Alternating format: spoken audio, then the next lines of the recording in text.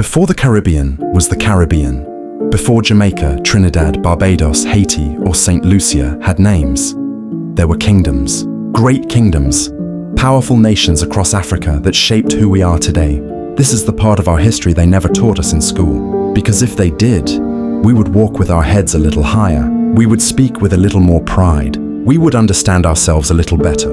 Let me take you back to the forgotten kingdoms that still live inside the Caribbean people. The first kingdom is the Ashanti from what is now Ghana. These were people who believed in strength, honor, and unity. When the British came, Ashanti warriors didn't bow. They stood firm, they fought. They protected their land with a bravery the Europeans never forgot. Many enslaved people taken to the Caribbean were Ashanti, and that fighting spirit, it followed them across the ocean. That is why in the Caribbean, especially in Jamaica, you still find people who stand tall, speak boldly, and refuse to let anyone take advantage of them.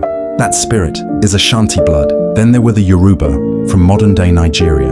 The Yoruba people brought something special, spiritual power, a connection to ancestors, rhythms, drums, and stories that helped them survive the worst days of slavery. From Yoruba roots came revivalism, Kumina, Obeah, Santeria, and even parts of Rastafari philosophy.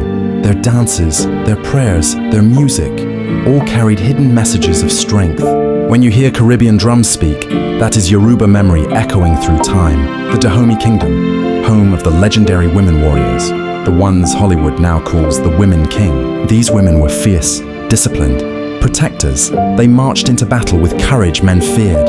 Many Dahomey people were also taken into the Caribbean, and from them we inherited something powerful, the courage of women. Look around the Caribbean today. Women run households, women run markets, women run communities, women stand at the center of culture. That strength didn't come from nowhere. It is the blood of the Dahomey queens. Another great root of Caribbean identity comes from the Congo Kingdom. The Congo brought dance, rhythm, healing practices, community structure, and the style of drum patterns we still use today.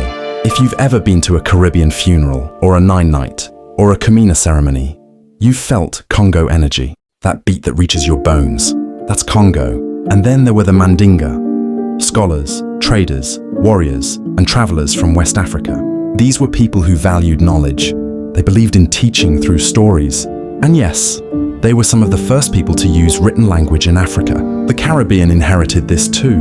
Our love for storytelling, our proverbs, our folk tales, our deep conversations on verandas, street corners, and barbershops. Every once upon a time, every Anansi story, every proverb your grandmother says, that is Mandinga wisdom. So who are we? We are children of warriors, children of queens, children of drummers, healers, and teachers. We are the descendants of kingdoms, not the descendants of slaves. Slavery is something that happened to us, but it is not where our story begins. Our story begins with empires, with traditions, with power, with identity. When you look at the Caribbean today, our music, our food, our spiritual beliefs, our stubborn strength, our humor, our confidence, all of it comes from those kingdoms.